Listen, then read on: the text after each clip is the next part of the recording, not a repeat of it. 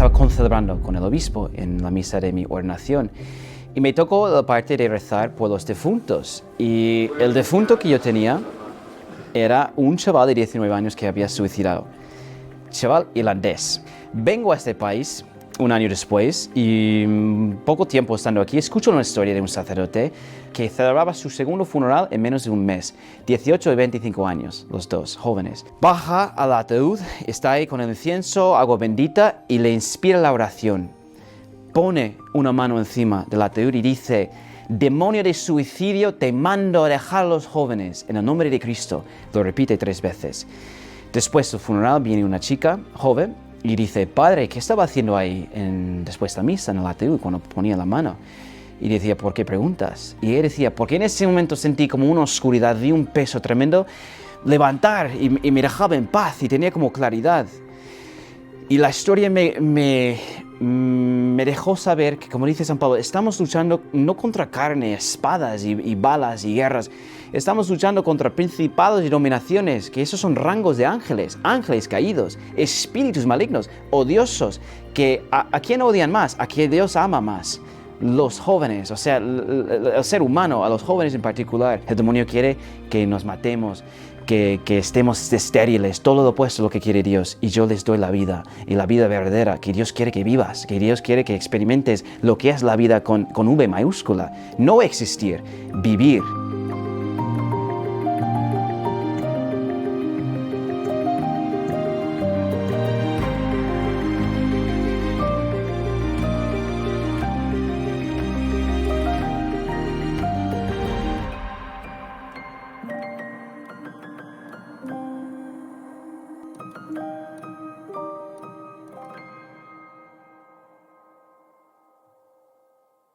Bueno, en el 2017 tengo un intento de suicidio. Me hace escuchar una voz que me acusa de 3 cosas, ¿no?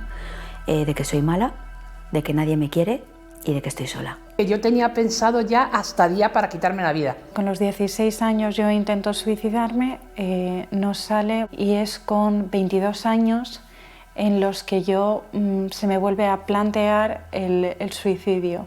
No sé por qué, nada más que escuchaba tírate y yo no entendía por qué, o sea, no quise entender nada, solo quería escapar.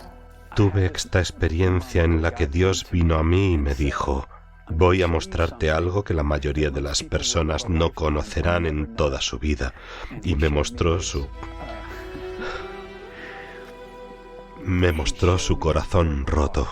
Y yo recé: aunque camine por cañadas oscuras, nada temo porque tú vas conmigo. Cada año en todo el mundo se suicidan más de 800.000 personas. Que sepamos, porque realmente hay muchos más que no podemos saber si es un accidente o es un suicidio. Solo en España cada día se suicidan entre 11 y 12 personas. La mayoría con diferencia en la franja de edad de entre 45 a 59 años. El 75% del total son hombres. Y aunque el 75% sean hombres, las mujeres en general realizan muchos más intentos autolíticos, muchos más intentos de suicidio. Es la primera causa de muerte real entre los jóvenes e incluso ha disminuido la edad en el que hay el primer intento de suicidio, niños de incluso 8 y 9 años, ¿no? Nunca antes se han realizado tantas campañas de prevención ni se han hecho tantos esfuerzos para intentar reducir la tasa de suicidio. Sin embargo, lo que nos hemos encontrado es que la tasa sigue creciendo. De hecho, en España desde 2018 ha crecido un 20%. Por lo tanto, algo está fallando, algo estamos haciendo mal. Hay una carta que expuso una profesora en una niña que intentó quitarse la vida, creo que tenía 8 años. Dijo: soy invisible, a mi madre le importan más sus uñas que yo. He ido a muchos lugares a dar el testimonio que me han llamado porque específicamente comparten que todos los meses mueren una media de entre 2 y 3 jóvenes porque se han suicidado. Desde la irrupción de las redes sociales se ha visto un aumento considerable en la población preadolescente y adolescente que comete suicidio. El mundo no aporta dulzura, ternura, amor y verdad.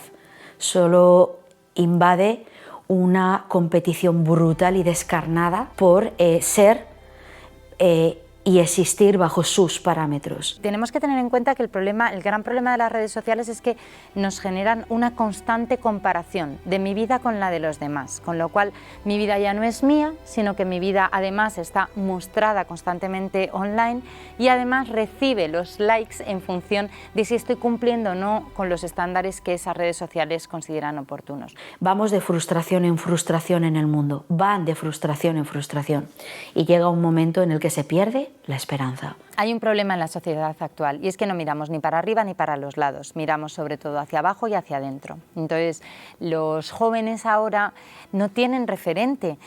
Si yo solo hago las cosas porque me gustan, el recorrido de esas cosas que me gustan es muy corto, ¿no?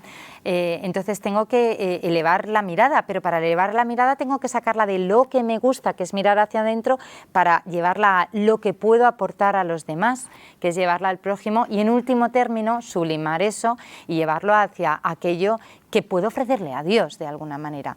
Hasta que no consigamos sacar a esa sociedad de ese ensimismamiento que tiene fruto de la posmodernidad y del individualismo exacerbado, no vamos a conseguir sanar los corazones, porque los corazones se sanan en la búsqueda de algo más grande.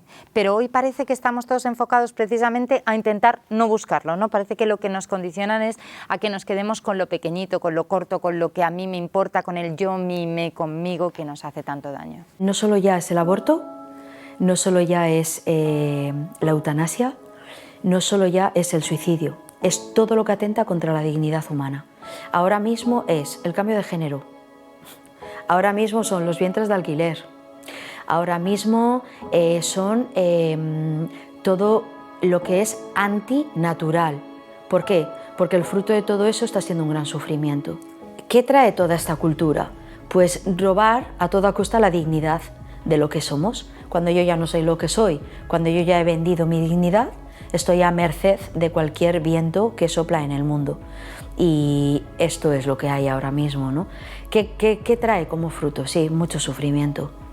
Frustración, porque no nos llena. Por eso podemos ser capaces de hacer y de hacernos cualquier cosa, ¿no?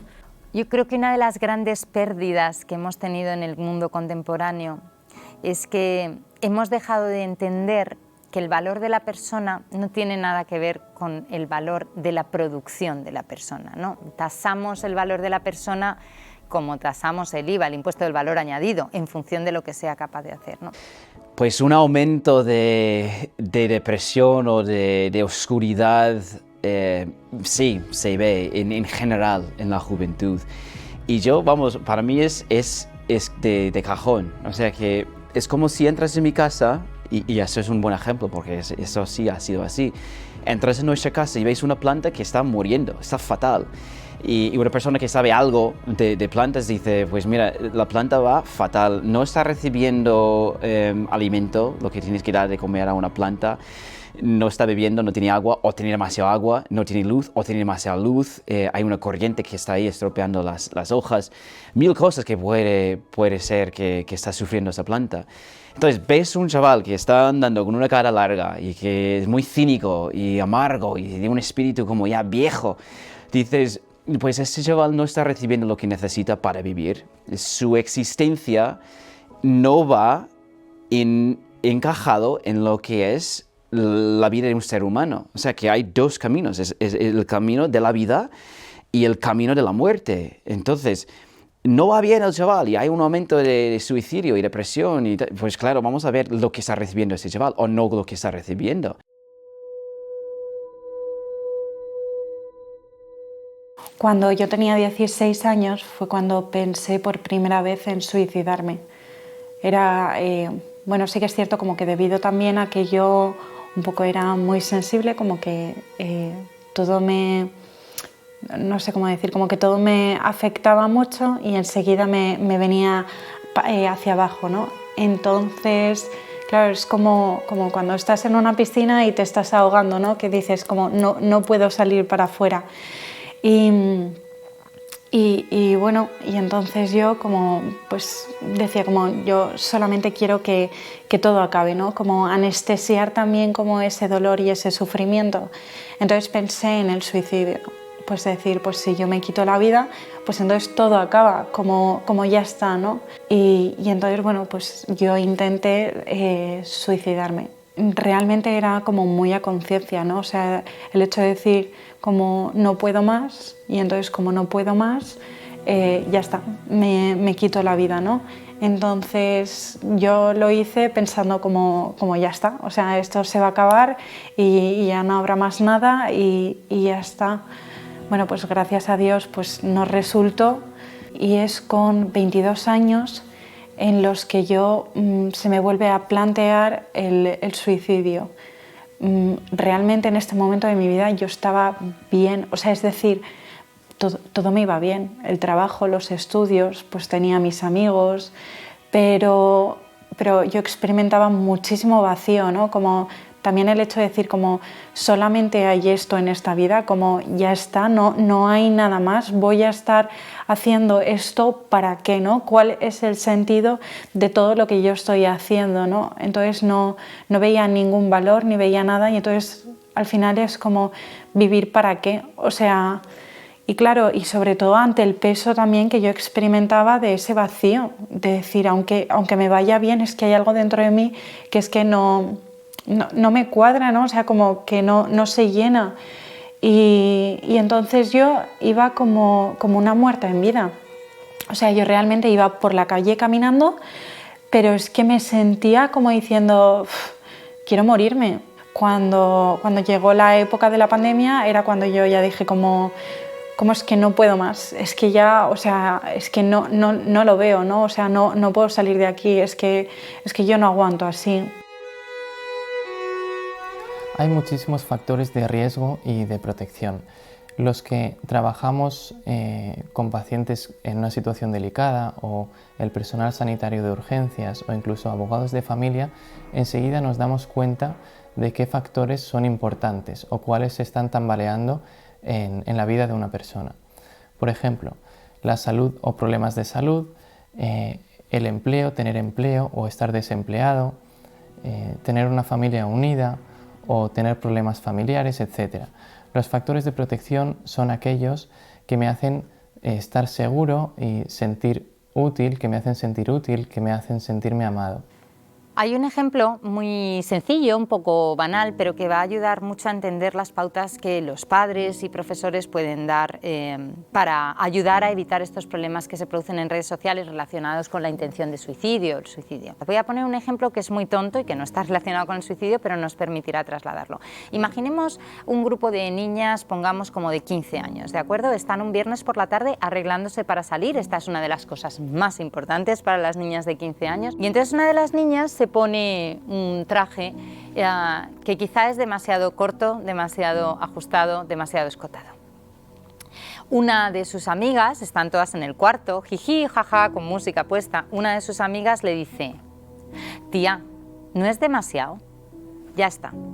La niña, al decirle a su amiga que es demasiado, enseguida se ha dado cuenta de que va inadecuada. Va vestida de una manera inadecuada y no va de acuerdo con lo que realmente la dignidad de la persona es. Y se cambia. Hasta ahí la noche, fin, ya está, se acabó el problema, no ha trascendido. Pasemos esta misma situación a redes sociales. Imaginemos a esa niña que se está arreglando, pero está totalmente aislada, no está con sus amigas, las amigas que de verdad la quieren, las amigas que quieren su bien por encima de todas las cosas. Se arregla, se pone distintos outfits, los sube a redes sociales, se hace una fotografía y los sube a redes sociales. Lo que va a ocurrir es que precisamente ese outfit que llevaba demasiado corto, demasiado escotado, demasiado estrecho, es el que conquista más likes en redes sociales, con lo cual ha perdido totalmente el criterio válido para establecer cuál es el modelo más adecuado para su edad, su condición, sus circunstancias. ¿Por qué? Porque el seguidor, el follower, no es un amigo. Es alguien que nos sigue, no quiere nuestro bien, lo único que quiere es algo que sea interesante.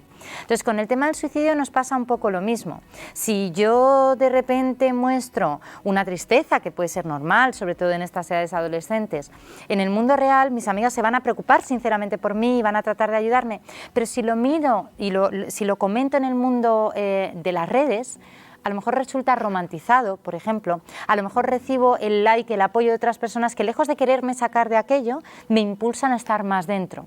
Entonces al final pierdo el foco y entonces es más fácil caer en el error. Vivimos en una sociedad donde uno de los factores más importantes está siendo atacado, que es la familia.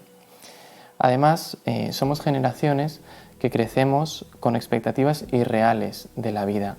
No se fomenta el espíritu de sacrificio, el espíritu de superación y se evita el sufrimiento a toda costa, desarrollando vicios e impidiendo virtudes que van conformando así unas personalidades que son vulnerables a lo que luego pueda pasar en la vida. Yo tengo bastante claro que hay mucha gente, personas humanas y maléficas, que están muy interesadas en que no curemos nuestras heridas, o mejor dicho, no permitamos que otros o que otro nos las cure. El que está detrás de todo esto, bueno, a nivel, una mirada por encima del humano sería el demonio, es clarísimo, es su plan, ¿no? Pero es verdad que los hombres están colaborando con la cultura de la muerte.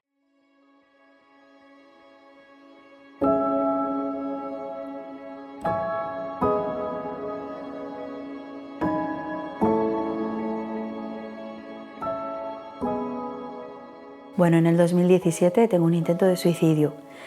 Podría decir que la causa fundamental es, en ese momento se rompe mi matrimonio, mi esposo me abandona y intento quitarme la vida. No es exactamente por el abandono de él, ¿no? Pero es porque pierdo completamente el sentido y el deseo y el propósito de vivir.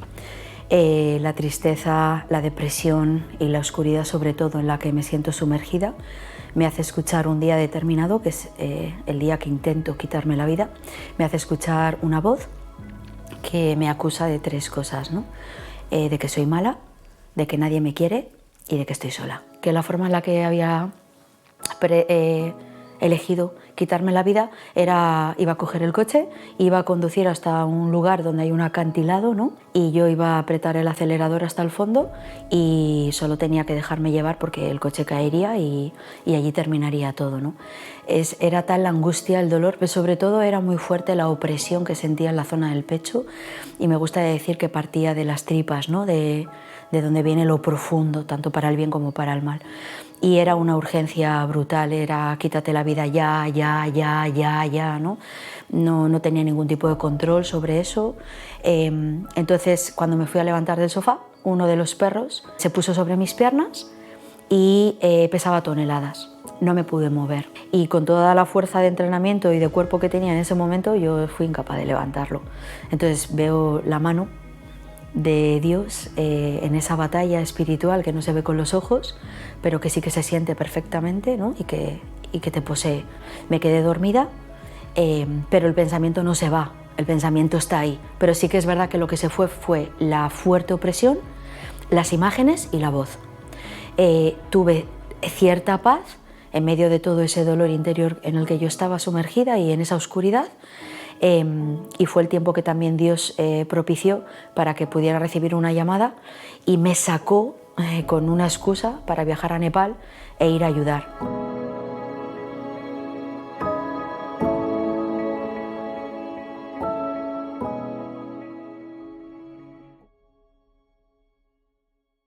Si una persona tiene riesgo de suicidio, no deberíamos empezar por intentar solucionar ya sus problemas, que seguro que los tiene, traumas, adicciones, depresión. Si realmente queremos ayudarle, deberíamos empezar por intentar amarle y comprenderle en su situación actual, con su historia, con sus vicios, con sus dificultades. Muchas veces caemos en el error de querer dar solución o que la persona solucione inmediatamente lo que le está haciendo sufrir. Deberíamos empezar por asegurarnos de que esa persona se siente amada. Hasta que no encontramos el amor, no somos capaces de verle sentido a esa lucha o a ese sufrimiento. Lo que yo he visto es que en esos momentos es escuchar. No solo digo en el momento, porque es en el momento cuando hablan contigo y luego el seguimiento, porque no es que es una vara mágica que claro, hay que escucharles y luego cuando hablan ya se resuelto el problema. Es que es un problema profundo, es una oscuridad que les tiene como agarrados. Yo me acuerdo, mi primer encuentro con eso era un hombre. Durante la cuarentena, yo estaba pagando mi gasolina en una gasolinera y le veo que estaba ahí con sus cervezas, me pidió la bendición y en el momento no tenía tiempo. Es que estaba ahí como, digo, mira, tampoco, vamos, no voy a bendecirte ahora con esto, búscame después fuera. Era un poco así brusco. Pago mi gasolina, estoy llenando, viene el hombre, no tiene la cerveza y dice, Padre, me bendices. Y a veces tienes esos momentos en el sacerdocio cuando dices, mira, si yo pregunto la pregunta clave, vamos a estar aquí un rato. ¿Qué pasa? Bueno, puede ser ¿qué pasa? Puede ser ¿estás bien? ¿Necesitas algo? ¿Sabes? Hay preguntas de oro que a veces si tú preguntas en un momento así crucial, hace mucho bien. ¿Por qué? Porque el hombre abrió. Entonces estamos ahí sentados en el coche, se abre.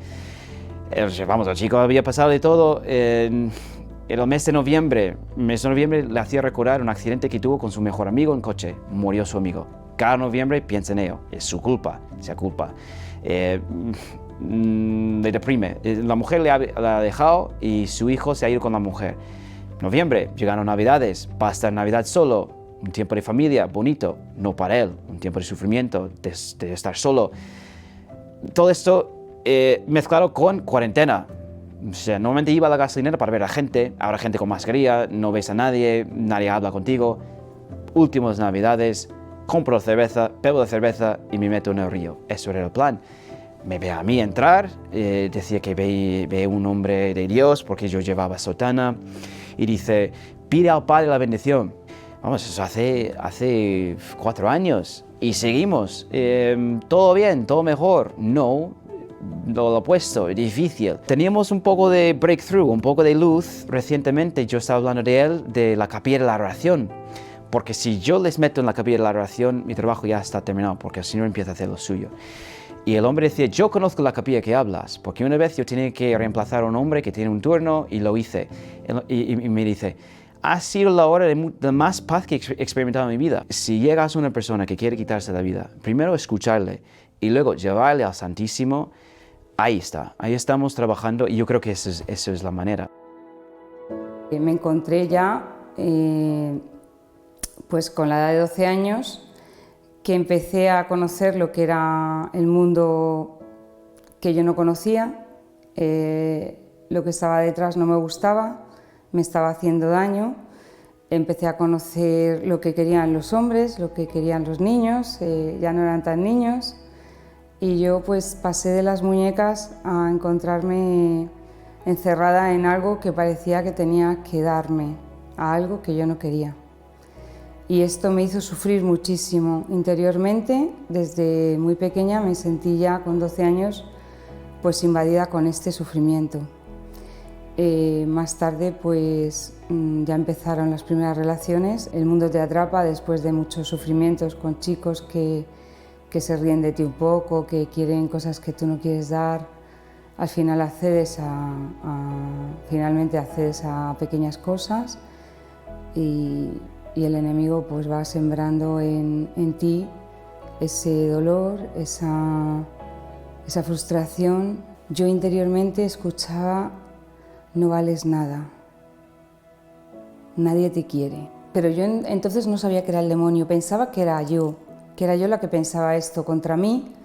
Pensaba que no valía para nada, que yo no era buena. Esto me causó un sufrimiento interior muy grande porque no me sentía querida por nadie, ni por mi familia, ni por mí, ni por nadie. Pero ya empecé con cosa de los 26 años a tenerlo firmemente dentro de mí. Quiero morir, quería desaparecer de este mundo y no seguir sufriendo. Me lo impedían mis hijas cada vez que me acordaba de ellas, pero tenía, pensamiento, deseo de verdad. Muchas veces he ido en el coche que venía de trabajar y he escuchado date contra el puente. Y yo llorar y decir no. Dicen los expertos que hablar salva vidas. En un sentido doble. Por un lado, normalizar o entender que el suicidio ocurre demasiado a menudo nos hace salir del silencio y de esa cierta vergüenza ante un fracaso social, ante un fracaso de las administraciones, de quienes pueden y deben cuidarnos, y de un fracaso de las personas, porque quizá no estamos mirando adecuadamente el sufrimiento del otro. Por tanto, tener claro que hay que hablar de ello nos tiene que preparar para afrontar no solo lo que tenemos que decir o lo que podemos decir a una persona que sufre, sino lo que podemos escuchar, lo que debemos escuchar, el sufrimiento que hay detrás, y que más que juicio y condena, que no nos corresponde a nosotros, lo que nos tiene que implicar es una ayuda, es una escucha, es una acogida. A los 5 minutos de nacer me tuvieron que llevar cañonatos porque me moría. En un ataque de asma, y le dijeron que no contaran conmigo. Luego, al mes de nacer, me bautizaron, y nada más bautizarme me tuvieron que llevar corriendo al Niño Jesús, porque por un ataque de asma también me moría. Con 9 meses estaba en la cuna y se dieron cuenta pues, de que tenía la cabeza morada, echando espuma por la boca y con 42 de fiebre. Y en el Niño Jesús el diagnóstico que le dan es sarampión hemorrágico cerebral. Es lo que se conoce ahora como encefalitis. Y les dijeron a mi familia que de 100 se salva una. Luego estoy operada de corazón y estoy operada de la espalda y de una estenosis, y de poderme quedar en silla de ruedas, pues aquí estoy andando como si no tuviera nada. Mi cuerpo ha sido sufrimiento tras sufrimiento tras sufrimiento. Llega un momento en que dice, mira, no quiero seguir para adelante, ni a tu lado, ni a tu lado, y para mí no existes, y para mí... Y por eso me alejé del Señor. ¿Cómo llegué a pensar seriamente en el suicidio? Porque yo trabajaba de auxiliar de enfermería, y yo dije, bueno, aunque tenga mis problemas y siempre diga, no quiero seguir, dentro de mí estaba, ¿por qué por qué me has hecho nacer para sufrir tanto? Llegó un momento en que yo empecé a sentir problemas en las piernas, después de la primera operación de la espalda. Y ya fui al médico, el médico me hizo una serie de pruebas, y cuando fui a por los resultados me dijo, hasta aquí hemos llegado, tienes que ir a por un tribunal médico porque no puedes seguir trabajando. Claro, fue tanto sufrimiento de decir, ¿y ahora qué? ¿Y ahora qué de mi vida? Lo que por lo menos me daba un poco de alivio era trabajar, y también me lo quitan, pues ¿para qué seguir viviendo? Yo tenía pensado ya hasta día para quitarme la vida. Yo había pensado un 31 de mayo. Yo no quería sacerdotes, yo no quería nada que tuviera que ver con la fe, y un 27 de mayo del 2016, yendo por la calle, le hice al Señor así con el dedo, si es verdad que existes, dame una señal de que vale la pena seguir viviendo. Iba por la calle, y a los 2 minutos, en una rotonda de adoquines, me dejó los pies clavados, como a San Pablo le tiró del caballo, ahí me dejó con los pies clavados. Me quedé parada, yo me asusté, porque dije, madre mía, mis piernas no responden. Yo estoy operada ahora de una estenosis, y claro, lo primero que pensé fue, las piernas se me han paralizado. Y escuché una voz muy dulce dentro de mí que me dijo, ve a la iglesia. Lo escuché tan claro que le dije que no, que era muy tarde. Por segunda vez me dijo, ve a la iglesia, pero ya con un poquito más de autoridad. Ve a la iglesia, le dijo que no, pero yo no podía mover. Y la tercera vez me dijo, ve a la iglesia. Yo misma me dije, vamos a ver, chata, o te mueves o te va a tener aquí toda la mañana. Y ya es cuando él intervino para que yo fuera a la iglesia, para que a mí se me quitaran esas ideas del suicidio.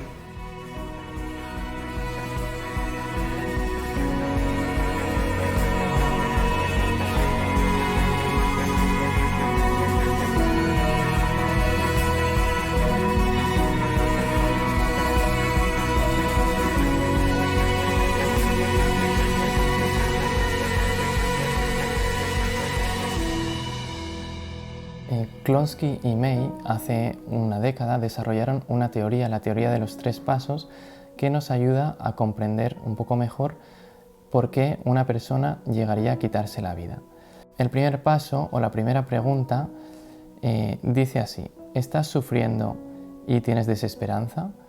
Si la respuesta es que sí, es altamente probable que estés pensando en el suicidio como una posible solución para acabar con el sufrimiento. El siguiente paso o la siguiente pregunta dice: ¿qué sientes con más fuerza? ¿El dolor, o sea, el sufrimiento, o la conexión con los demás y con la vida, lo que llaman la conectividad?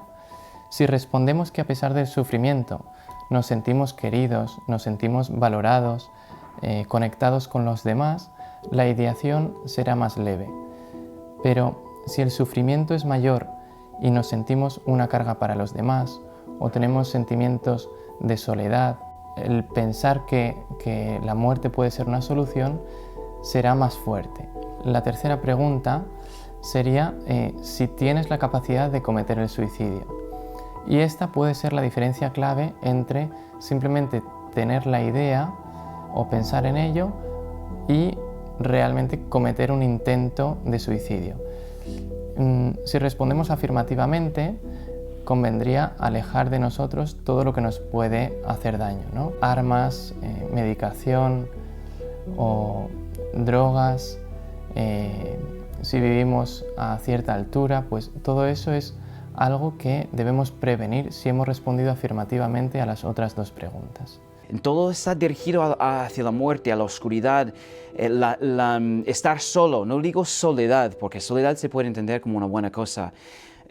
Estar solo y que todo está cerrado y no hay escape, no tienes horizonte, se ha quitado. O sea que esto es una cosa real y yo veo que es una causa, cuando una persona se aísla, es una causa real de suicidio y además está empujado por un espíritu maligno, un espíritu oscuro que oprime a los jóvenes.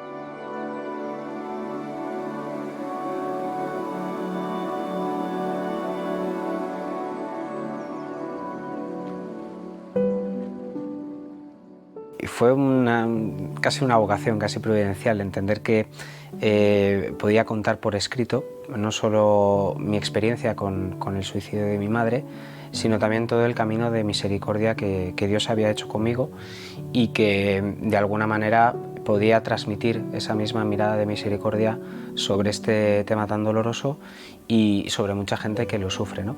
Y la verdad es que el fruto del que he podido gozarme también y dar gracias es mucha gente que ha entendido su propia experiencia, que le ha ayudado a comprender este tipo de situaciones y con las que he compartido, no solo porque le ha llegado el libro a muchísima gente, porque ya va por su tercera edición, sino también por múltiples encuentros con los que he podido compartir y hablar de esta misericordia que necesitamos para nuestra vida. El sufrimiento, o mejor dicho, la cruz, no se lleva de cualquier manera. Yo siempre he dicho que no es lo mismo arrastrar que abrazar. Cuando uno arrastra la cruz, va cogiendo barro, piedras, se puede tropezar con más facilidad y por esa debilidad que te puede conllevar la propia cruz, el peso de la propia cruz, acaba pesando todavía más, ¿no? Cuando uno la abraza, es capaz de cogerla y cuando la coges, sucede lo que yo he visto muy claro en la vida como una gracia, y es que Dios te da la fuerza.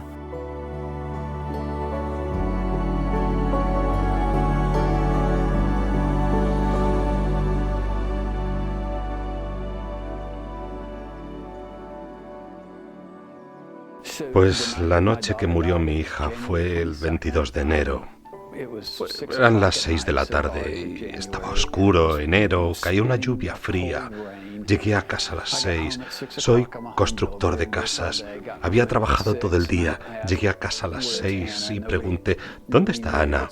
Y nadie sabía, pero alguien me dijo, esta tarde alrededor de la 1 la vi bajar al bosque. Pues ella y yo trepábamos a los árboles. Yo tenía una mochila llena de todo nuestro equipo para trepar. Y fui al armario, abrí la puerta, no estaba la mochila. Yo sabía que había cuerda para escalar dentro y por alguna razón me percaté de que quizás algo terrible había pasado. Así que cogí una linterna y también cogí un cuchillo, suponiendo que quizá iba a tener que cortar la cuerda para bajarla, que fue otra extraña intuición, pero es lo que hice. Salí corriendo por la puerta de atrás, bajando al bosque que limita con nuestra casa y, por desgracia, mi hijo me siguió. Él estaba muy unido a su hermana, así que fuimos corriendo por el bosque, iluminando por todas partes con la linterna en la oscuridad más absoluta, y él dirigió la luz a través del bosque y la vislumbramos colgando del extremo de la cuerda. Corrí hacia ella, la subí corriendo, corté la cuerda y caímos al suelo. Mientras ella y yo estábamos tendidos, estábamos en el bosque juntos y la estaba meciendo de un lado a otro, simplemente consolándola. No pasa nada, pero ella ya había estado allí mucho tiempo, ya estaba rígida. Yo sabía que era imposible que volviera y entonces, mientras la sostenía, tuve esta experiencia de algún tipo con ella. Ella me dijo: papá, no tengo miedo, solo que no sé qué hacer. Estaba completamente oscuro y dije: Ana, ¿ves algo? ¿Una luz? Y me dijo: sí, veo una luz a gran distancia. Yo le dije: y es un poco... Siempre me he arrepentido de esto, pero tenía que usarlo que cualquier padre tiene como recurso. Le dije: tu madre está en esa luz, ve a la luz, dirígete hacia la luz, tu madre está en esa luz. Ojalá pudiera haber dicho: Jesús está en esa luz, y aunque tenía una gran relación con su fe, yo creía que su madre sería un motivo más grande para dirigirse hacia esa luz. Pues durante ese tiempo tuve este momento en que Dios vino a mí y me dijo: te voy a mostrar algo que la mayoría de las personas no conocerán en toda su vida. Y me mostró su corazón roto. Y me quedé tan sorprendido por lo entristecido que él estaba por lo que había sucedido, por encima de mi propia capacidad de experimentar esa tristeza. Y entonces me hizo caer en la cuenta de cómo Dios tiene que ser testigo de cada pecado desde que el hombre perdió la gracia. Cada una de las tragedias, cada dificultad, cada pecado. Yo vivía la pérdida de una hija que tomó una decisión terrible, pero Dios las vive todas, y a pesar de esta manifestación me mostró lo profundamente entristecido que Él estaba ante la pérdida de por este evento trágico en que ella, que era una niña, tomó una mala decisión. Había sido engañada esencialmente, ella estaba convencida de que esto era, bueno, o que iba a ayudar. Ella simplemente tomó una mala decisión, ¿vale? Pero en ese momento yo tuve el privilegio de saber que la misericordia y la compasión de Dios excede lo que puedas imaginar. Y entonces, como resultado, yo nunca acudí a la destrucción como consecuencia ante la pérdida de mi hija. Todo lo que he vivido como consecuencia de su pérdida sigue siendo una consecuencia del amor. Si yo me hubiera destruido o si me hubiera dejado destruir como resultado de esta pérdida, no construiría el amor que yo tenía con ella, ni fructificaría tampoco la gracia que he recibido, la experiencia del corazón misericordioso de Dios. Así que, por esto, yo vivo de forma muy distinta a la mayoría, a como mucha gente lo vive, y pienso que mi conclusión general sobre el suicidio es que es mentira. No produce lo que la gente cree que produce, que es aliviar el sufrimiento, porque ese sufrimiento se amplía y se arraiga profundamente en las vidas de todos los que conoces, especialmente los que amas.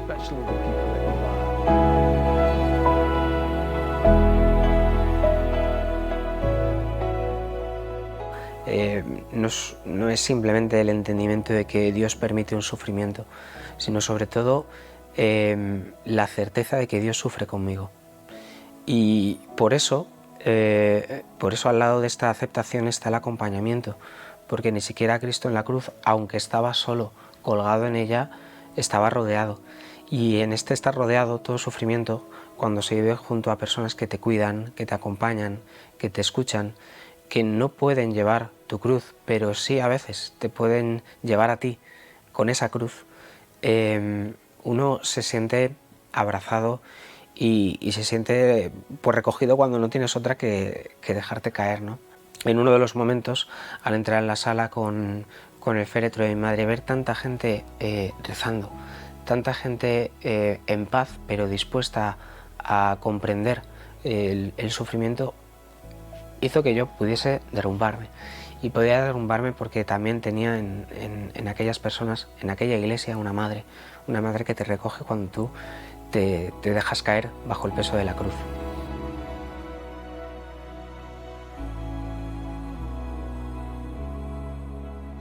Y yo llamé por teléfono a mi madre y le dije, bueno, mamá, quiero verte, ¿no? O sea, pues quiero quedar contigo. Porque, bueno, pues la verdad es que mi madre pues siempre ha sido un apoyo muy grande. Y en ese momento pues mi madre me dijo, bueno, pues yo voy a ir a misa. Claro, pues yo hacía años que yo no pisaba una iglesia, que yo no iba a misa. Pero hay algo que me impulsó a confesarme cuando acabó la misa, ¿no? Fui a buscar al sacerdote y le pedí que me confesara. Yo salí de allí tocada. Fue cuando entonces me dijeron, pues no eres tú la que ha tocado nada, ¿no? Sino que Dios te ha querido tocar a ti. En el momento en el que yo empiezo a acercarme a Dios otra vez y a retomar la fe, en este momento yo experimento como una tentación ante el suicidio como muy pesada. Perdí mi trabajo, me quedé sin plaza en la universidad, perdí mis amigos, mi novio, como todo, ¿no? Claro, lo que quiere el demonio también es esa angustia de decir, pues quítate la vida. Esta es la gran tentación, creer que no te queda nada. Pues sí, me mantuve firme en la fe y al final tampoco es una gracia que venga de mí, ¿no? O sea, es una gracia que viene de Dios, que hay que pedir también, como no me dejes y sobre todo como no dejes que te deje. Porque a veces pedimos como no me dejes tú a mí, ya, pero Dios nunca te ha dejado. Lo que tienes que pedir es que tú no le dejes a Él, ¿no? Seguramente al principio Dios me abrazó a la cruz. Recuerdo antes de que, porque mi madre llegó al hospital viva, pero nosotros llegamos después en coche y estuvimos un buen rato, no sé cuánto pasó, esperando en un box que nos dijeran algo, ¿no? Y recuerdo que me salió a rezar, no sé si eran las laudes de ese día, me salió el Salmo 23, ¿no?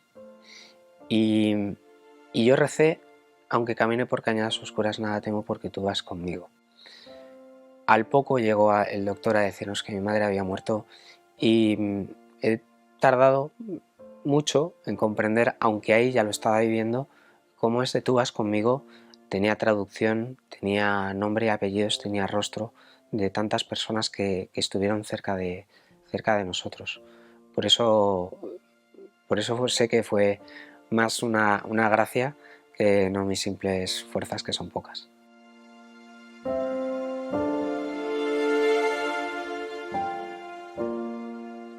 Un 31 de diciembre hubo una bronca muy gorda.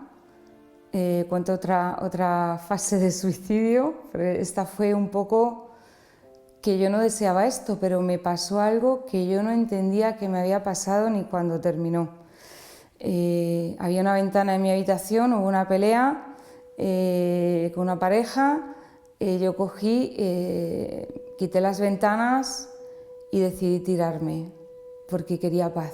Era como algo que me empujaba a ir allí y yo no pensé ni me acordé del amor que había derramado Dios en mí. No sé por qué, nada más que escuchaba tírate y yo no entendía por qué, o sea, no quise entender nada, solo quería escapar y terminar ya. Y entonces la ventana era muy bajita, con lo que era fácil, y cogí un poco de carrerilla, un pelín, y yo sentí el aire y sentí como un poco de paz ahí, ¿no? Y de repente una mano enorme, así de grande, cayó en mi espalda y me caí encima de la ventana. Cuando caí encima de la ventana, yo dije, ¿qué ha pasado? Pero como yo tenía esa rabia dentro, yo estaba como un león, no podía más, estaba agobiada. Cogí y me subí a la ventana como un mono y quise tirarme, pero vino una imagen de mis hijas que entiendo que fue la Madre, la Virgen María, que me puso a mis hijas y no caí. No caí por esa ventana y de hecho cuando bajé dije no, mis hijas. Y entonces, bueno, al día siguiente, imaginaros, me fui a confesar corriendo porque tenía un gran dolor por este sufrimiento de pensar que podía haber muerto y que encima volví a escuchar que era culpa mía. Y yo no quería morir y solo daba gracias a Dios, pero le pedía perdón, perdóname Señor, te he fallado cuando tú me has dado todo y yo hoy te fallo.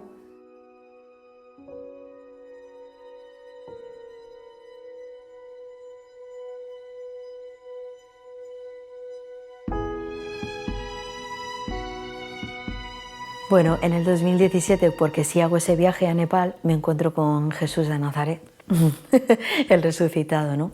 Es lo que cambia en mi vida, la fe cambia mi vida. Empiezo a entender cuál es el verdadero sentido de vivir, que no tenía nada que ver con mi ombligo, ni con mis problemas, ¿no? Que siguen estando ahí, no cambiaron. Lo que pasa es que yo tengo la capacidad de mirarlo y por primera vez tengo el valor de afrontarlo, es decir, de decir, vale, estos sois mis problemas, esta es mi verdadera circunstancia y mi verdadera realidad. No tiene que cambiar eso. La fe me fortalece para enfrentar eso con Dios. Y de pronto, bueno, es un proceso largo, por supuesto, ¿no? Pero me invadió una inmensa alegría, porque las tres cosas que vinieron a llevarme al suicidio vinieron contrarrestadas con la gran verdad. Esas tres cosas no eran la verdad. Entonces, ¿qué sucedió? Bueno, pues a la de estar sola, experimenté verdaderamente, físicamente quiero decir, ¿no? Y también espiritualmente, experimenté que no estaba sola en absoluto.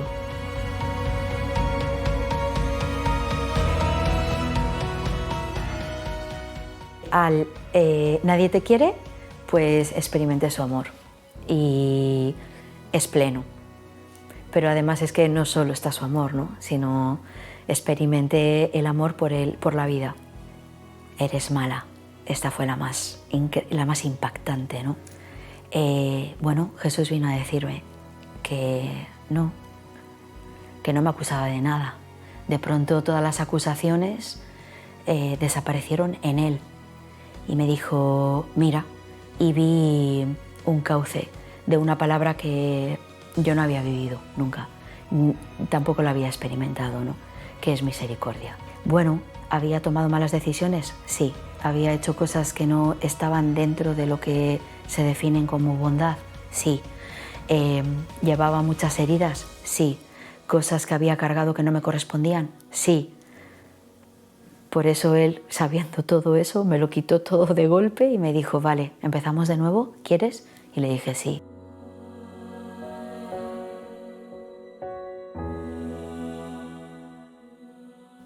Hoy estoy aquí gracias a todo ese pasado también, así que agradezco a Dios y no regodearnos en lo que he hecho, sino gracias Señor, porque me has salvado, gracias.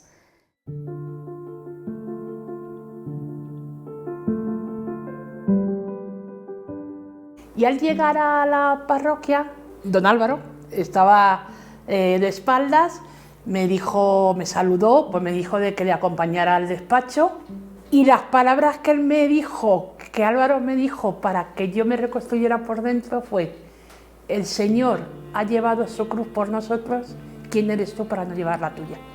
Y eso es lo que me hizo que yo me mirara por dentro y decir, es que lleva razón.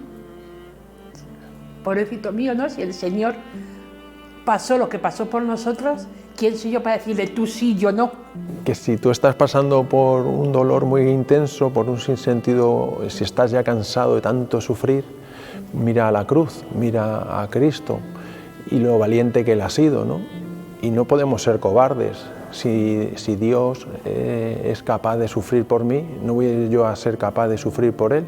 Y cuando yo salí a la calle, me puse con los brazos en cruz, miré al cielo y le dije, haz conmigo lo que quieras, soy tuya. Ahora para mí el sentido del sufrimiento es estar unido cada vez más al Señor, porque le acompañas en su pasión. El suicidio, o lo que he dicho antes, es querer terminar con el dolor, no querer dejar de vivir, sino terminar con el dolor. Pero es que tú, el dolor que tú te quitas, es el dolor que tú dejas a tu familia aquí. Porque yo, por ejemplo, mi hermana me decía, tú piensa en papá y en mamá, porque como te suicides te los llevas. Y claro, yo a mi hermana decía, ¿y quién piensa en mí? Pero es que ahora realmente veo que ella llevaba razón. Es que si yo me voy, es que me los llevaba a ellos. Porque a mí ellos ahora muchas veces me han dicho, gracias hija por no hacerlo.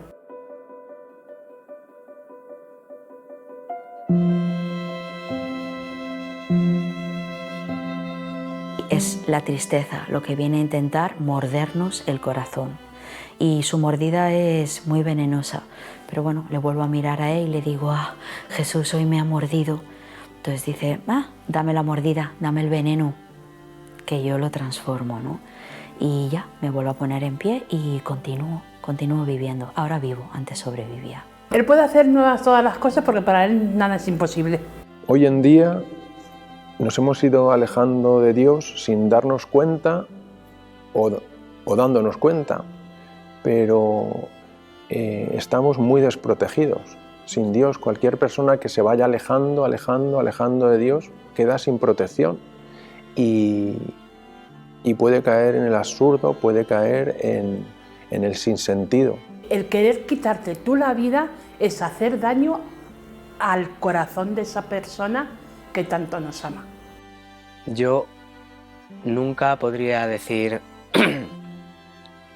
ya un simple ojalá no hubiera pasado, porque es evidente que lo primero es ojalá nunca hubiera pasado ni esto ni otros tantísimos sufrimientos míos o de cualquier persona que yo haya querido. Ojalá mi madre no hubiese sufrido una depresión, la muerte de una hermana melliza y otras tantísimas dificultades, tanto ella o mi padre o mi hermano. Pero tantas personas han podido entender su propio sufrimiento, tanta gracia me ha pasado por encima, por debajo, ha atravesado mis cicatrices tanta gracia que a mí no me queda más que dar gracias, porque no tanto por mis propias cicatrices, que son las que son y las llevo con orgullo, sino porque tengo la conciencia de que no son mis cicatrices, sino las suyas, las que a mí me han curado.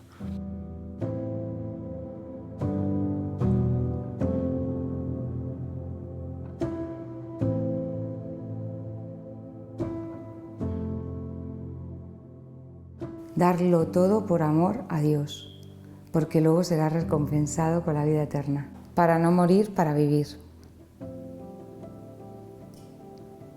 Porque el pecado es morir y el estar con Jesús es vivir. Así que gloria a Dios y bendito sea que me ha salvado y espero que salve a muchos, que escuchen. Si no es este testimonio, otros que le ayuden a salir del fango. A mí me sacó del fango y en la tierra estoy en el cielo, con la cruz, feliz. Si tú vas a la Sagrada Escritura, cada otra página, por no decir cada página, está hablando de cómo Dios nos quiere que nosotros vivamos. La imagen de Dios destrozada en los hombres, la imagen de Dios que pone el demonio en la mente de los jóvenes, que Dios es un tirano, que Dios le da igual todo, que por qué ha permitido ese sufrimiento. Todo falso, todo mentira. Que Dios quiere que nosotros estemos a su banquete y que estemos también en la boda donde casamos con Él, que la boda del Calvario nos dio su cuerpo. O sea, todo la realidad de quién es Dios y qué ha hecho por nosotros es clave, es sumamente clave. Yo lo que quiero es abrirles un poco el apetito, o sea que el paladar lo tiene estropeado. Si tú estás constantemente comiendo porquería, no vas a tener apetito para lo dulce, para lo que es realmente lo que vale la pena. Sin embargo, si ayunas un poco y empiezas a poner régimen, ya va creciendo el hambre y vas a tener apetito. Entonces, nuestro trabajo es intentar suscitar en ellos el paladar para que gusten y vean la bondad de Dios, para que se encuentren con el pan que contiene en sí todo el leite. O sea que tú lo que estás buscando, todo el leite, está ahí en la Eucaristía. O sea que nosotros, eso es nuestra misión, dirigirles a trabajar su paladar para que ellos se den cuenta que solo Dios vivo, Jesucristo, va a llenar ese vacío y va a llenarles de su intimidad. Me gusta decir, ¿no?, que a veces miramos a los jóvenes como tremendamente delicados y como que estuvieran sometidos a una presión muy grande por parte de ese entorno tan hostil que son las redes sociales, pero muchos jóvenes también se dan cuenta. Los jóvenes no son tontos. La mayoría de los jóvenes se empieza a dar cuenta de que ahí no estaba la felicidad y como Dios ha puesto en nuestro corazón el anhelo de búsqueda de la verdad, pues andan ellos también buscando la verdad. Tendremos que ser nosotros los católicos, y aquí debemos hacer también un buen examen de conciencia, los que estemos al quite para poderles ofrecer respuestas cuando vayan a buscar esa verdad. Tenemos que estar allí donde buscan la verdad. Me gustaría terminar hablando del que es para mí uno de los factores más importantes o el factor de protección más importante. Es un factor del que hablan muchos estudios, pero que sin embargo luego en campañas de prevención o en centros de terapia no se habla o incluso está prohibido hablar. Es la religiosidad, o más bien yo diría la búsqueda seria de santidad. El resto de factores de protección pueden fallar, ¿no? La familia, el trabajo, me pueden despedir, puedo contraer una enfermedad, puedo perder la salud, puedo perder los amigos, e incluso la familia, como decía, se puede tambalear. Pero este factor no falla, incluso aunque nosotros le fallemos, Dios no falla, ¿no? En este sentido, los psicólogos católicos creo que podemos ayudar mejor en estas circunstancias, porque tenemos una visión integral de la persona que puede enriquecer la terapia, cuidando, por supuesto, del cuerpo, de la afectividad, de la sensibilidad de la persona, pero sin descuidar su alma. ¿Son suficientes las terapias psicológicas y las medicinas psiquiátricas para ayudar, acompañar a la persona doliente que ya incluso ha llegado al suicidio o tiene intentos de suicidio o siquiera lo ha pensado? Mi respuesta es no. ¿Son una ayuda? Mi respuesta es sí, pero vuelvo a repetir, si la herida está en el alma, ¿cómo va a llegar un psicólogo al alma? No puede meter la mano, ¿no?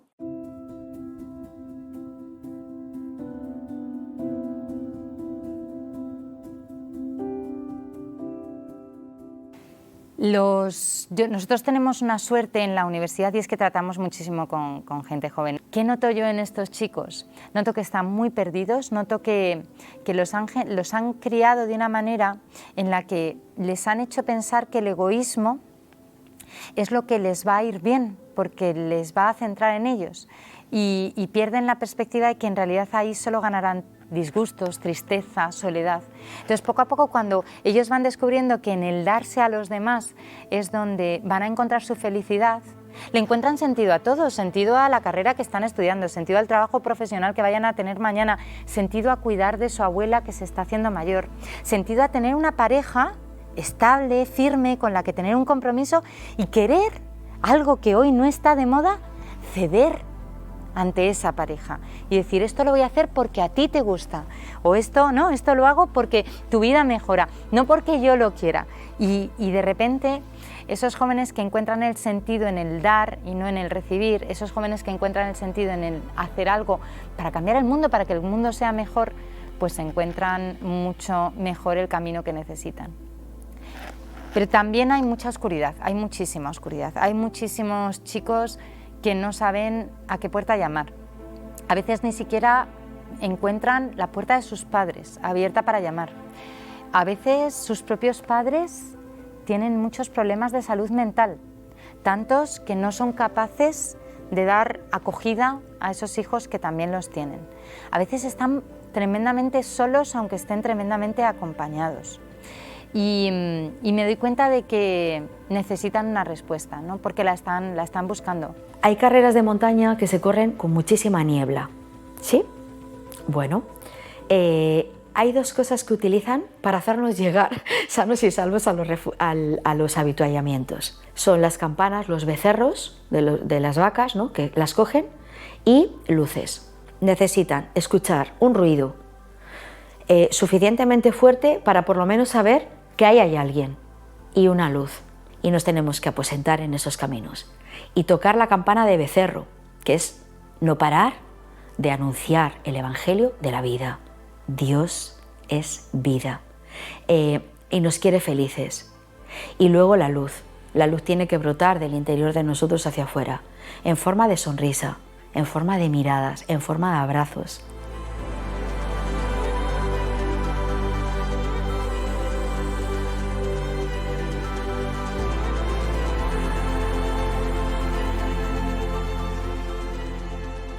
Yo he visto lo precioso que es ser la luz. Cuando el Señor dice que tú eres la luz del mundo, antes Él había dicho, yo soy la luz del mundo. La luz del mundo es la vida de los hombres, como le diría San Juan, que Jesucristo es la luz, que es la vida de los hombres. Entonces nosotros somos otros Cristos en cuanto somos la luz, que Él es la luz. Somos la luz, somos la vida, somos la sal. O sea que cuando la sal se encuentra con algo muy sosa, como es la juventud de hoy, es una juventud sosa, que no tienen inspiración, no tienen creatividad, siempre lo mismo, son todos iguales. Es que, como decía Carlos Acutis, todos habéis nacido originales, increíbles, y todos morís como fotocopias, porque habéis entregado al mundo, que el mundo os hace iguales en el más sentido. Estamos ahí como algo original, algo que no están recibiendo en el mundo, y eso es nuestro mejor aliado, que su corazón anhela. Su corazón está hecho para esa luz, su corazón está hecho para esa sal, para esa vida dentro de ellos. Las almas están gritando que quieren volver a casa, pero si no recuerdan el camino, ¿cómo van a volver a casa? Entonces, el mensaje que sí que doy a los que ya se han encontrado con Dios, el mensaje que me doy a mí misma todos los días es, sencillo, ponte en el camino, toca la campana y muestra luz, ilumina. No te preocupes, porque en el momento en el que vienen las turbulencias, no van a durar esas turbulencias todo el viaje. Es que en algún momento van a cesar, y pararlas quitándote la vida no es la solución. Y si no decimos esto, lo más probable es que ante la desesperación de decir es que no puedo más, es que te tires del avión en vez de haber esperado hasta que cesaran, ¿no?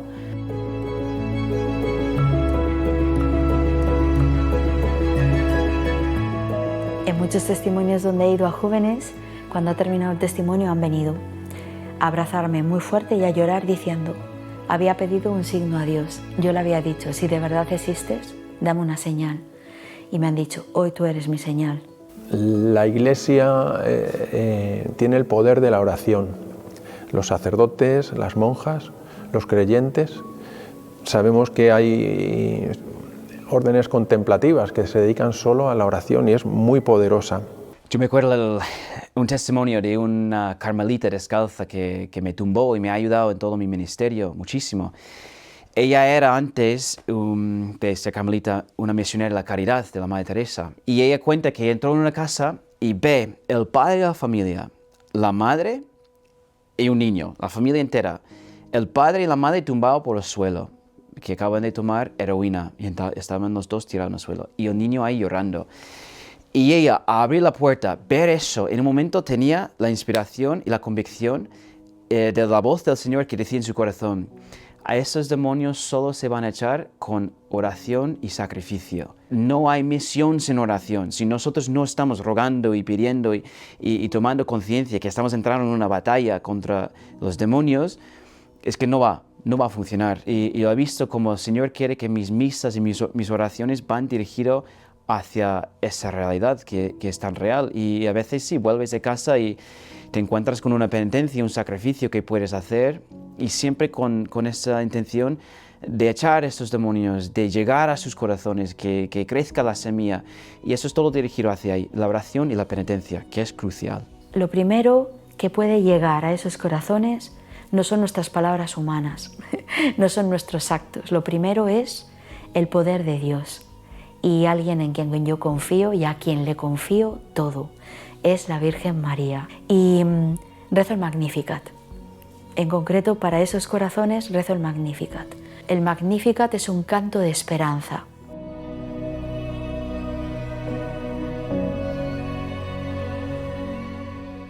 siempre pienso en la filiación divina y creo que esto es muy bonito para hablar de estos temas de la salud mental, como un bebé que tiene gases, le duele la barriga y no consigue dormirse, ¿no?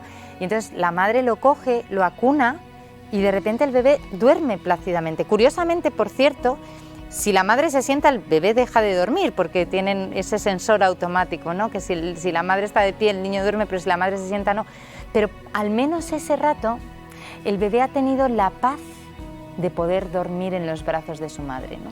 Pues un poco la filiación divina es lo mismo, no es que porque yo esté en los brazos del Señor, el Señor va a acabar con todos mis problemas, mi dolor de barriga va a seguir, pero puedo descansar en Él, porque sé que cuando estoy en Él puedo descansar, aunque después tenga que lidiar con los problemas que van a seguir ahí. La Iglesia quiere transmitir el mensaje de Dios, que es que la vida es el don más precioso, ¿no? que tiene, y por eso siempre pues va. La vida de cualquier persona es única, la vida de cualquier persona es irrepetible, y Dios ha dado la vida por cada uno de nosotros. Ese es nuestro verdadero valor. ¿Y cómo nos ama a cada uno? Es que nos ama porque somos cada uno en la niña de sus ojos. Es que nos quiere tal como somos. Dios siempre te va a ver como su niña, como su preciosa, como su vida, como su amor, la pupila de sus ojos. Qué imagen más preciosa, la pupila que es niña, la niña de mis ojos, que solo ves la niña de los ojos cuando estás en contacto muy cerca, y cuando dice que eres la niña de mis ojos, está diciendo que te quiero tan cerca que veo la niña en tus ojos, lo reflejo. Y otra noticia buenísima es que Dios nos ama, o sea, no hay nadie que nos ama más que Dios, y luego la Virgen. La Virgen nos ama casi tanto como Dios, porque somos sus hijos, y la Virgen también está preocupada. Y cuando tú coges el rosario, empiezas a rezar Ave Marías lento, en tu cuarto, solo, tú verás cómo empieza a aparecer en tu vida la presencia de la Virgen, una presencia tierna, fuerte a la vez, porque cuando ella aparece, el demonio desaparece. O sea, la Virgen puede aplastarle la cabeza. Coges el rosario, rezas a tu madre y ella lleva la luz. Ella lleva la vida y tu vida cambia. Y es así de fácil, no es tan complicado como piensas, porque no solo vives, no solo existes para lo material, vives, existes para tener a Dios en tu vida, y cómo la Virgen te va a llevar a Dios. Rezaré por ti, aunque no te conozco, pero rezo por todos los jóvenes, y sobre todo los jóvenes que sufren más, que están solos y deprimidos, y que hay vida, hay alegría que te está esperando y no es tan difícil conseguir.